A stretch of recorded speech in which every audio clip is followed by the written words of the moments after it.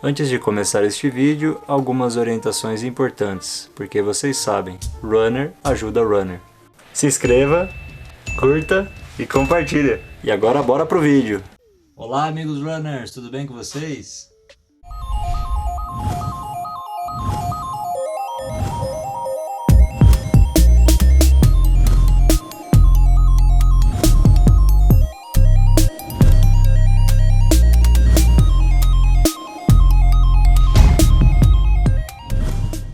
Bom, todo corredor tem aquela situação que é bastante chata. Quando vai fazer um treino, quando vai fazer uma prova, e aí tá aquele baita calor, ou tá aquele baita frio, tá chovendo, garoando, e aí você tá em casa e fica pensando, será que vale a pena ir? Será que vale a pena ficar em casa? Todo corredor sempre pensa assim, quando as temperaturas estão extremas, né? Tanto muito sol quanto muito frio. Então por isso que hoje eu direcionei a seguinte pergunta aí ao nosso personal running Beto Cianfarani. O que acontece com o corpo quando corre numa temperatura elevada e quando corre numa temperatura baixa? Quais são aí as principais consequências que o corpo acaba tendo que aguentar nessas temperaturas extremas? Vamos lá, Beto. Quais são essas consequências? Salve rapaziada, Beto Cianfarani, treinador de corrida. Hoje eu vim falar do seguinte tema: o que acontece com o corpo durante uma corrida em alta temperatura e o que acontece no corpo numa corrida em baixa temperatura. Bom, primeiramente eu vou falar em alta temperatura.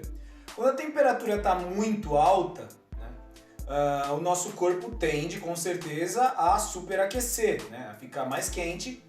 E aí o nosso organismo, através do suor, vem para regular essa temperatura, E aí acontece que nós produzimos muito suor para o equilíbrio da temperatura e pode acontecer, de uma desidratação.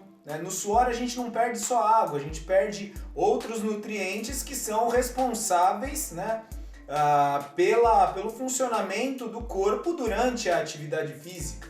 Então a principal ação que acontece no corpo durante a alta temperatura é isso. O corpo eleva a temperatura por causa do calor e aí o corpo produz, tem a produção do suor exatamente para ter essa troca de temperatura e regular a temperatura, para o corpo não superaquecer.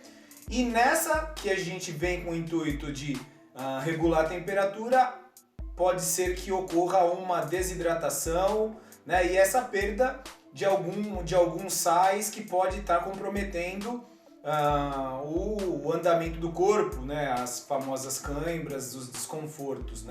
É claro que a intensidade da tua corrida vai influenciar muito nisso, porque a alta temperatura ela vai elevar a temperatura corpórea e se você, quanto mais intenso for a atividade, a tendência é potencializar esse aumento da temperatura corporal. Então, para alta temperatura, essa é a principal característica da corrida.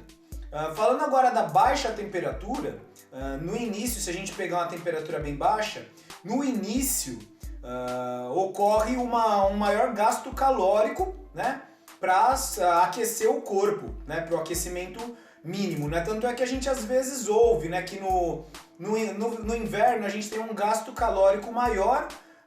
Por quê? Para manter a temperatura corporal equilibrada, e é real. O organismo acaba tendo um gasto calórico maior na necessidade de manter a temperatura ideal. E na corrida não é diferente. Então os primeiros minutos, até você conseguir aquecer o teu corpo, ocorre um gasto calórico maior. O que acontece também na corrida em baixa temperatura é que a gente tem a questão do ar, O ar, a temperatura do ar, às vezes acaba produzindo, na hora que o ar entra, que você absorve o ar, acaba gerando um aumento metabólico por causa da temperatura com relação ao sangue, Então acaba às vezes aumentando esse metabolismo, provocado pela temperatura do ar quando você ingere, quando ele vai para os pulmões, em contraste com a temperatura do sangue. Uma coisa que a gente sempre fala em baixa temperatura são as extremidades. Por quê? Porque se a temperatura está baixa, mas a gente consegue controlar ela com a própria atividade, não tem tanto problema. O problema é quando a gente exagera dessa baixa temperatura e a gente às vezes acaba necessitando de alguns acessórios, né? Como luvas, como toucas por causa das orelhas. Então, muitos médicos falam a respeito das extremidades, a necessidade de você estar aquecendo as extremidades em baixa temperatura, né? Existe uma faixa que eles falam a respeito de qual seria a temperatura onde o corpo não tem problema nem com a alta e nem com a baixa. É uma temperatura entre 20 a 24 graus, mais ou menos, né? O que eles falam, que aí seria a temperatura ideal, né? Mas é claro, é muito comum a gente conversar com corredores de longa distância e eles estarem falando que a temperatura, se vocês forem fazer alguns estudos, vocês vão ver que de 11 a 15 graus, eles acrescentam que é uma temperatura muito boa, né? Por quê? Porque conforme a gente eleva o tempo de atividade, é normal esse aquecimento elevar, né? Então, para quem está fazendo uma maratona, uma ultramaratona, supondo que a temperatura vai, né, elevar decorrente a essas muitas horas, você encontra essa teoria de que quanto mais baixo, melhor, de 11 a 15 graus, eles normalmente dizem, né? É claro que isso é muito individual, existem atletas que não sofrem com tanta desidratação e não sofrem tanto no calor, tem atletas que não gostam da baixa temperatura, então isso varia de atleta para atleta, né? É muito difícil a gente bater o martelo e falar, é exato isso. Alguns médicos, inclusive, eles orientam para a gente evitar das 11 da manhã às 3 da tarde, né? Porque normalmente é o horário onde está a temperatura mais elevada. Mas se a gente for encarar, por exemplo, uma ultramaratona onde a gente vai percorrer com certeza esse período, a gente acaba tendo a necessidade, né? Do que? De cuidar da hidratação, né? A corrida em alta temperatura, a reposição hídrica é extremamente importante, a reposição de sais é extremamente importante, porque se tiver uma defasagem, com certeza o corpo vai pagar o preço. Na baixa temperatura, o aquecimento inicial do corpo é necessário, então tem que ter a ciência se é necessário uma roupa um pouco mais específica para o frio, né? Existem alguns artigos que falam que dependendo da temperatura não é aconselhável a estar realizando a corrida, por vários fatores, por riscos de lesões, né? Então existem vários artigos interessantes falando que depende, né, corridas de extrema, né, de uma temperatura muito baixa, eles não aconselham, né? Então é mais ou menos isso, né? Claro, sempre lembrando, né, que a gente sempre tem que respeitar as individualidades, né? Tem atletas que gostam da alta temperatura, tem atletas, né, que gostam da baixa temperatura. O mais importante é a gente aprender a conviver, né, e a administrar os efeitos que ambas podem promover, tá certo? Valeu! Muito obrigado pela resposta, Beto. Então, como vocês puderam ver, uma corrida em uma alta temperatura no sol, ela acaba fazendo você ficar desidratado, né? Então, o que acontece é, o corpo ele vai esquentar muito, vai tentar resfriar liberando o suor. O suor ele tem muito sal e outros nutrientes, você acaba perdendo muito sal e aí pode acabar ficando desidratado, né? Então, uma corrida no sol você tem que tomar muito cuidado com a suplementação. Esses dias, eu fiz o desafio virtual da IAU de 6 horas, eu acabei não comendo nada salgado e acabei pagando o preço, né? Eu perdi muito sal, estava um calor aí de quase 30 graus e eu acabei quase desmaiando, né? Então, para vocês verem aí como o sol ele muda totalmente aí a condição da corrida, a condição do treino, você precisa se hidratar bem mais. Já no frio, o que acontece é que o corpo demora muito para esquentar, né?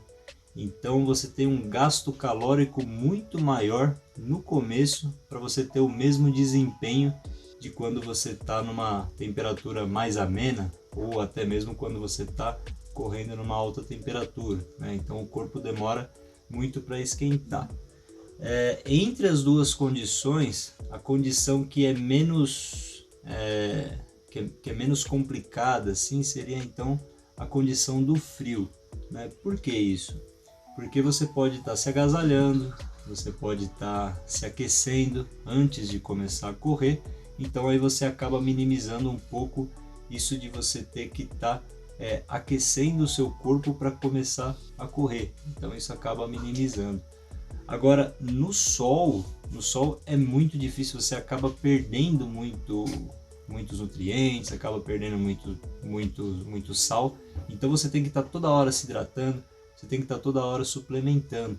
E sem contar também que no sol você tem que passar protetor solar, né? O protetor solar ele é extremamente importante aí para estar hidratando a pele, para não estar tendo nenhum problema com doenças de pele, né? Porque o sol ele acaba causando isso, né? Então você tem várias situações que uma corrida no sol, né, acaba atrapalhando, e o corredor tem que tomar muito mais cuidado quando é uma corrida no sol, né? Já no frio, ali está se agasalhando bem, se aqueceu, então você consegue ter um desempenho melhor, vamos assim dizer, né, do que no sol, né? Então, se eu fosse escolher entre um e outro, eu preferia uma corrida numa temperatura mais baixa do que numa temperatura mais alta. E vocês, meus amigos, vocês preferem estar correndo numa temperatura mais elevada ou estar correndo numa temperatura mais fria, né? Qual a opinião de vocês? Lembrando sempre que os treinos, é sempre importante você fazer um treino numa temperatura mais elevada ou numa temperatura mais baixa, para quando chegar o dia da prova, se tiver uma condição dessa, você já está psicologicamente mais preparado e acabar não quebrando, né? Porque você vai saber o que fazer nessa hora, como que seu corpo vai responder. Tá certo, meus amigos? Grande abraço para vocês.